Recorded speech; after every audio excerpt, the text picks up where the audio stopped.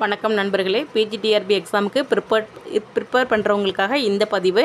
நீங்கள் என்ன தான் மேஜர் பேப்பர் படித்தாலுமே தமிழ் எலிஜிபிலிட்டி டெஸ்ட்டில் நீங்கள் வந்துட்டு பாஸ் பண்ணால் மட்டும்தான் உங்களோட மேஜர் பேப்பரை கரெக்ஷன் பண்ணுவாங்க. நல்லா தெரிஞ்சுக்கோங்க. அதுக்காக நம்ம இப்போ தமிழ் கொஞ்சமாக ப்ராக்டிஸ் பண்ணிக்கலாம். வாங்க, டெய்லி ஒரு 10 கொஸ்டின் பார்த்தீங்கன்னாவே நீங்கள் எலிஜிபிலிட்டி டெஸ்ட்டில் பாஸ் பண்ணிடலாம். ரொம்பவே ஈஸியானது தான். வாங்க பார்த்துடலாம். பாருங்கள், ஆல்ரெடி நம்ம பார்த்துட்ருக்கோம். அதோட கண்டினியூ தான் இப்போ பார்க்குறோம். மோசி கீரனாருக்கு கவரி வீசிய அரசன் யாருன்னு கேட்டிருக்காங்க. பெருஞ்சேரல் இரும்பொறை. திருவிளையாடற் புராணத்தின் பகுப்பு. 3 காண்டங்கள், 64 படலங்கள். களைப்பு மிகுதியால் மன்னரின் முரசு கட்டிலில் உறங்கிய புலவர் யாருன்னு கேட்குறாங்க. மோசி கீரனார். மாசற விதித்த பார்புரு வல்பின் என்னும் பாடலடி இடம்பெற்றுள்ள நூல் புறநானூறு. இறைவன் கடம்பவன கோயிலை விட்டு நீங்கி எங்கு சென்று தங்கினார்? வடதிரு ஆலவாயில். சிறியோர் குற்றம் பொறுப்பது பெருமை என்று யார் யாரிடம் கூறியது?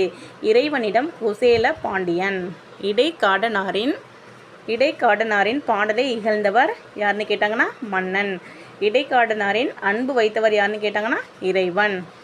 காசினியில் இன்று வரை அறிவின் மன்னர் கண்டுள்ள கலைகள் எல்லாம் என கூறியவர் யார்? குலோத்துங்கன்.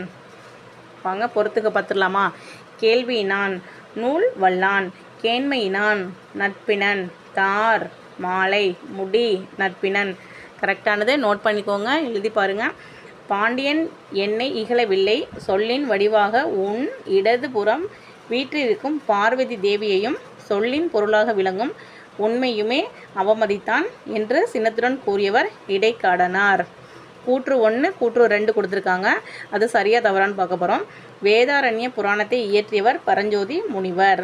திருவிளையாடல் போற்றி கலிவெண்பாவை இயற்றியவர் புகழேந்தி புலவர். கூற்று 1 மற்றும் கூற்று 2 சரியானதுன்னு சொல்லியிருக்காங்க. நீங்கள் எலிஜிபிலிட்டி டெஸ்ட்டுக்கு நல்லா ப்ரிப்பேர் பண்ணுங்கள். கண்டிப்பாக அச்சீவ் பண்ணுவோம். டெய்லியுமே தமிழும் நீங்கள் டைம் ஸ்பெண்ட் பண்ணி படிங்க. இன்னும் கம்மியான நாட்கள் தான் நம்மளுக்கு இருக்குது. இந்த வீடியோ பிடிச்சிருந்தா லைக் பண்ணி சப்ஸ்கிரைப் பண்ணுங்கள் ஃப்ரெண்ட்ஸ். தேங்க்யூ ஃபார் வாட்சிங்.